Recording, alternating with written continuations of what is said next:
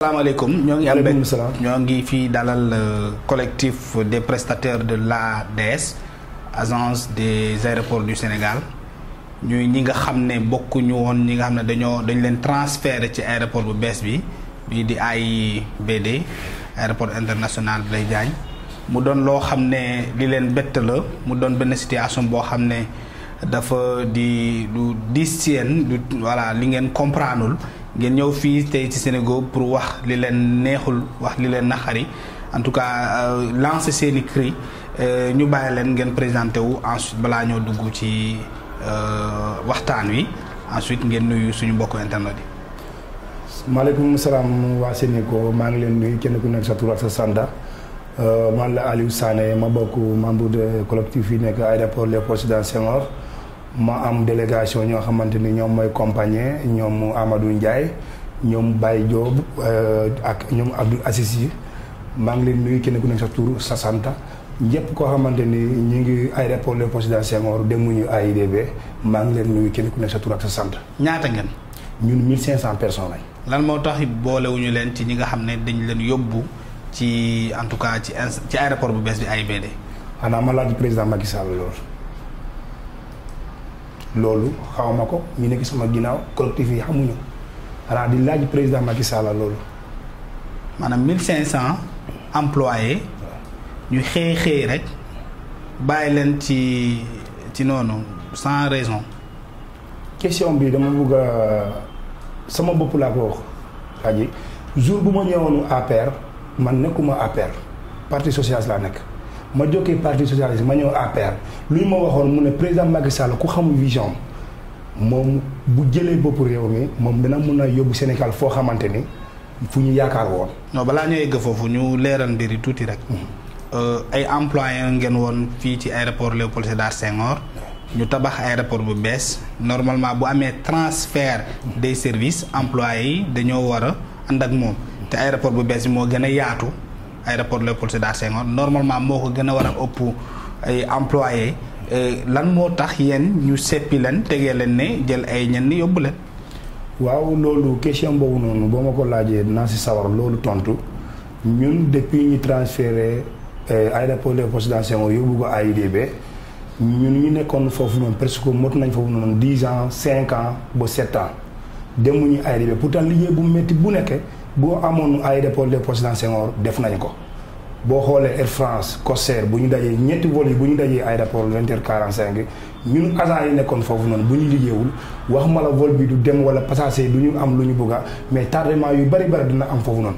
mais jékki-jékki rek transféré aéroport ñun ñoo xamante ne ñoo doon liggéey bu métti boo xamante ne aéroport boo ko xoolee woon mbalit la woon ñu liggéey ko liggéey bu normal bu askan bi yépp xam ni aéroport Léopold Sédar Senghor moo jur AIBD. ñun demuñu AIBD, loolu dafa ñu jaaxal trop. chaque jour ñu wàcc ci terrain bi di bëgg a laaj kilifa yi nekk fi Sénégal fii nii lan moo tax ñu bokku ñuy transfération bi ñun ñu nekk agence yi foofu sax xamuñu ko. yan agence ngeen doon liggéeyee ci biir ay aéroport Léopold Sédar Senghor? département yi bari na foofu, am na ñoo xamante ni ñoom dañuy nekk recycler chariot yi, am na ñoo xamante ni ñoom sécurité lañu, am na ñoo xamante ni sécurité yooyu noonu ñoo mun a gérer aéroport yoo xamante ni pour yow boo ñëwee jël passager wala nga bëgg a affaire yi njëg njaay mënoo dugg aéroport, sécurité yi ñoo la mën a téye pour nga bañ a dugg. ñeneen ñi nekk nettoiement ñi ay facilitation ñoo xamante ni dem nañ ba 500 et quelques personnes ñu ngi foofu noonu. vol bi bu wàccee ñoom ñooy nettoyé, passager yi bu ñu demee ñoom ñooy nettoyé. guddi bëccëg ñu ngi liggéey 13h45 ba 20h45, am na ñu monté 20h45 ba ñu fanaan. ñooñu sans ñooñu presque aéroport du mun a dem quoi. ñoom ñooy suñu yaay booy suñu rakk jigéen ñoo xamante ni ñoom ñoo nekkoon aéroport di nettoyer. am na ñoo xamante ni ñoom dañu leen wàccee ci suufu départ bu tapis bi bu paane ñoom ñoo jël bagage yoo xamante ni dañ koy jël teg ko ci chariot yi yóbbu ko ci vol bi. ñoom tamit ñoom mérite nañ fu ñuy liggéey. ñoom tamit sans ñooñu tamit vol bi presque waxuma la du dem mais day tardé. ñooñu bu ñuy yéexee presque 20h45 lañ war a monter mais ñoom dañuy ñëw aéroport 18h pour ñoom balaa heure liggéey bu jot rek ñoom ñu passé seen poste bi. chaque 2 semaines chaque 1 mois tapis bi day paan. xanaa booy liggéeyal la nit tamit boo demee bay bëgg a takkaliko ak moom di nga ko yëgal, est-ce que yéen yëgal nañ leen di mel nii. loolu benn réunion lañu bu sa def aéroport amuñu autorisation pour ñu mun a laaj kilifa yi nekk aéroport ñun aéroport ñu ngi waaj a yóbbu ñu ngi koy waaj a yóbbu AIBD ñoolu la ñu bëgg a waxtaanee foofu noonu mais parce que kilifa yoo xamante ne ñoo nekk aéroport ñooy suñu kilifa yi ñëw nañ foofu noonu mun a réunion bi amuñu autorisation mënuñ def benn réunion foofu noonu comme département yi bëri na du ñu benn am na ñoo xamante ne ñu ngi sécurité am na ñoo xamante ni ñoom recyclage sérieux lañ nekk am na ñoo xamante ni ñoom ñoo nekkoon bagage yi am na ñoo xamante ne ñoom ñooy orienté passager mun nañu dajaloo fenn pour ñu réunion foofu noonu aéroport la ñu mën a def réunion amuñu autorisation moo tax ñun xamuñu waxtaanuñu suñu. maanaam yéen kenn informé kenn yëgalu leen ne. doo leen bokk ci agent yi nga xam ne dañ leen di yóbbu AIBD. waaw le 7 décembre la ñu monté rek 13h45 rek ñu dem gisuñu bagage gisuñu lu ñuy liggéey foofu noonu ñu doon taxawaalu si parking bi. da ngeen xëy dem aéroport Léopold Sédar Senghor fekk na aéroport bi vide na. vide amul kenn ku fa nekk. benn vol wàccu benn vol yëgul waaw xanaa di gis si ay responsable di jël bagage yi dugal ko si oto yi transfert leen yóbbu leen AIBD ñu war a liggéey si matériel yooyu noonu ñu ngi taxaw aéroport li yëw. ah non loolu doy na waar de sëñ bi. loolu dafa ñu jaaxal. léegi après lan yan jéego ngeen jot dox pour saafara lu mel nii. waaw yàgg nañu lancer suñu message di wax ko président Macky Sall la ñun ay doomu aadama lañ ñoo xamante ni président Macky Sall depuis ñu fal ko am nañ ci yaakaar moom trop yaakaar boobu noonu Sénégal yi képp koo nekk boo nekkee Sénégal fii nii yaakaar bu ñu am président Macky Sall yaakaar boobu lañ buy am pour mu bañ a tas. non mais est-ce que kon agence bi aéroport bu bees bi. xanaa yi amul ay services sécuritaires recyclage chariot nettoiement facilitation tapis xanaa services yooyu amu fa ba mu jaral leen ñu bàyyi leen fi. non service wala dañoo dem ba foofu day employé bees. non service boobu noonu am na man dama yaakaar ni léegi gouvernement moo ñu sacrifice. gouvernement moo ñu sacrifice. boo jëlee sa agent yoo xamante ni 10 ans 5 ans ñu ngi liggéey aéroport bi nii nga tuxal aéroport nga yóbbu ko AIBD léegi nga jël éléments yu bees yi ñoo xamante ni ñoom politique la ñuy liggéey. ah bon maanaam base politique la ñuy nekkee nga yóbbu leen aéroport les ministres Maïmouna Ndoye les ministres de tutelle moom taxaw na mu ne képp ku agent de aéroport dinaa leen transféré ngeen dem AIBD ku demul AIBD tamit aérodrome yi ñu ngi fii nii incha allah loolu bu commencé rek képp ku sa agent aéroport kenn du taxawaalu kenn du toog de ñëpp dañuy liggéey mais ba léegi ñun gisatuñu suñu bopp loolu dañuy laaj. maanaam dañoo luñ diggee woon. waaw jëfewuñu ko. defuñu ko pourtant ñooñu ku ñu wax loolu presque Ahmed Khayra mos na ko invité plateau Maïmouna Ndoye Seck bu wax ko Sénégal yépp dégg ko ñun amu yaakaar ci moom trop mais ba léegi kenn woowuñu kenn waxuñu lan moo tax liggéeyu leen lan moo tax ngeen arrêté.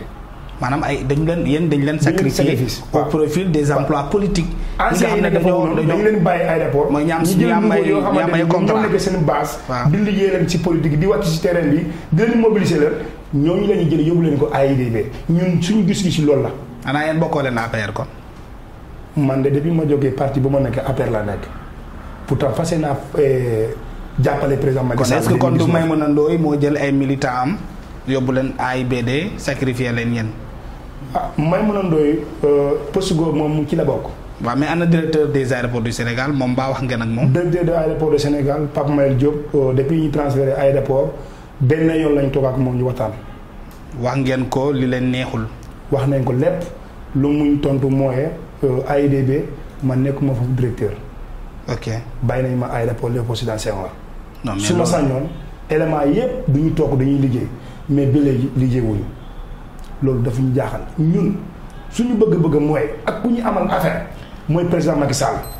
président na xoolu njabootu Sénégal njabootu réew doomu réew bi na xam ñoom ñooy kan xam ñoom ñoo ko faloon 2012 xam ñoom ñoo ko bëgg a falaat 2019 président bu dee am nga yërmande am nañu yaakaar ci yow gouvernement bu nekk Sénégal ñëpp di coow. mu ne gouvernement bii nii gouvernement bi baax na opposition yi taxaw mu ne gouvernement bi baaxul ñun ñoo xamante ne ñoo jàppale président ba mu falu ñun ñu yàggaatu gouvernement boobu noonu président war na xalaat nii ñun yàgg nañu lancé suñu message na am yërmande suñu ñun am na base bu nekk suñu ginnaaw suñu njaboot yi suñu rakka yi suñu famille bi xanaa bu amul yërmande ñun collectif yi ne ay nekk aéroport war na amul yërmande sénégalais ñoo xamante ni kenn ku nekk boo jëlee aéroport boo jëlee benn nit sax mais am na 100 personnes boo xamante ne moo nekk si ginnaaw boo ñuy fayee suñu salaire 500 000 francs sax wala nga fay ñu 50 000 ñu ngi dundal ñoo xamante ni mot nañu ay 30 personnes yoo xamante ne ñu ngi suñu ginnaaw président na amul yërmande yàgg nañu lancé message bi président nan amul yërmande su ñun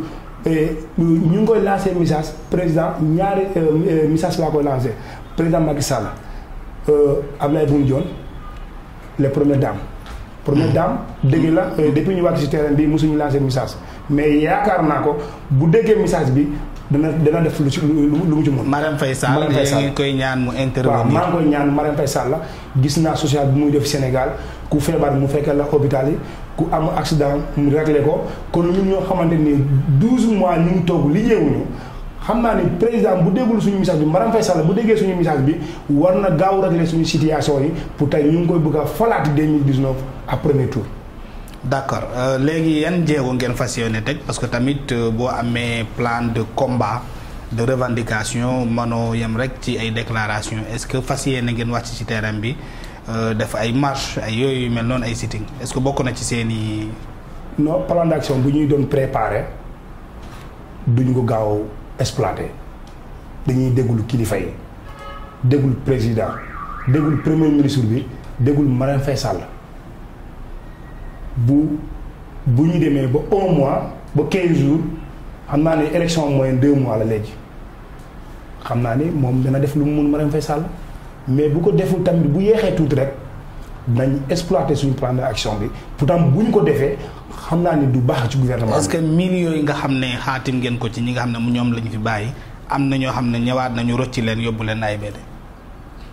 waaw ñooñu parce que seen bopp la ñu nekkee rek. ñaata lañ toll. ku dem AIBD en tant que mbooloo bi moo tax nga dem aéroport benn société nga liggéey foofu noonu nga rek ci suuf nga dem régler sa bopp. non ndax man ñooñu ñoruma. na damay laajte rek ndax ñi fi bàyyi woon. waaw am na ñoo xam ne ñëwaat nañu après ñu sélectionné leen yóbbu leen AIBD. demuñu kenn demuñu. ok kenn demuñu. d'accord ñun de suñu plan d'action la ñuy def préparer nañ ko pourtant mobiliser nañ ko pourtant 1500 personnes yooyu noonu am na ñoo xamante ni jur na suñu biir boo xamante ne dem nañ ba 3000 et quelques personnes ñu ngi suñu ginnaaw kon président na xam ne ñun boo ñu jàppee jàpp nañu la boo ñu bàyyee bàyyi nañu la. nit mun la xas ta teraanga ba pare nga koy continuer di ko jàppale xalaatuñ ko suñu àdduna ku ñu jàppale ñu jàppale la ku ñu jàppale du ñu la jàppale président lancé naa ko message ñu ko faloon du jinne ñoo ko fal doomu aadama ñoo ko fal maa ngi koy lancé waat message boobu noonu pourtant ñoo ko bëgg a falaat 2019 ndax amu yërmande si Sénégalais ñoo xamante ni dañuy jël fii ni gaal dem dee si yoon bi gaal bi bu demee ba Espagne mu ne waa Sénégalais ñoo def clandestin yi ñu rafetlu leen indi leen ko ñun demuñu fenn fii la ñu am. fii la ñu bëgg a liggéey fii la ñu bëgg a jàppale suñu njaboot yi président Macky Sall am na yërmande ñëpp wax nañ ko woykat yi wax nañ ko yërmande boobu noonu na xoolu ñu nekk aéroport Léopold Sédar Senghor pour régler suñu situation yi mun a dundal suñu famille bi duñu sàcc duñu fen fii la ñuy nekke pourtant incha allah ñu ngi koy lancé waat message bi Marème Faye Sall na jàppale ñu ñoo xamante ne. d'accord mooy suñu yaay mooy suñu premier dame mooy suñu lépp. d'accord message bi leer na. waaw léegi lan ngay tëjee.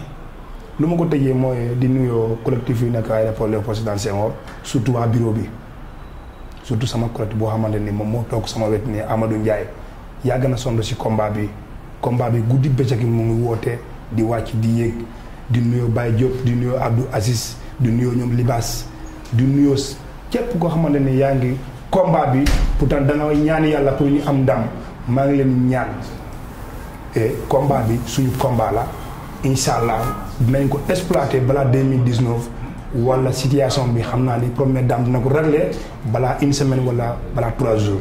d'accord loolu laa bëgg a lancer di ñaan askan Sénégal di ñaan kilifa diine yi nañu def ñaan nañu def seen jéego wax ko président Macky Sall ñun ay doomu Sénégal yi lañ. pour ñaan ko régler suñu situation bi message boobu laa bëgg a lancer di ñaan collectif yépp ñoo xamante ni ñoo bokk benn combat ñoom du ñu tayale du ñu sonn combat bi guddi bëccëg ñi ci bu ñuy wootee benn salle bi day fees dañuy mel ni sax woote bi ay meeting la pourtant du meeting mu woote boo xamante ni combat la boo xamante ni nañ ko exploiter à 2019 balaa 2019 xam naa ni combat bi sax du am. ñaari mbor la benn mbor yi ñun ñooy mbor deuxième mbor bi xam naa ne dina régler suñu situation. d'accord jërëjëf ñoo ngi leen di remercier yéen it ci confiance bi ngeen am ci Sénégal bi ñëw seet si ñu di bokk ak ñun seeni gàllankoor seeni problème ak seeni objet de revendication ñu yaakaar ne fii ak 2 semaines wala 1 semaine sax président dina dégg seen appel bii nii mu taxaw leen régler seen problème bi définitivement te mën na ko vraiment. merci beaucoup. ok merci.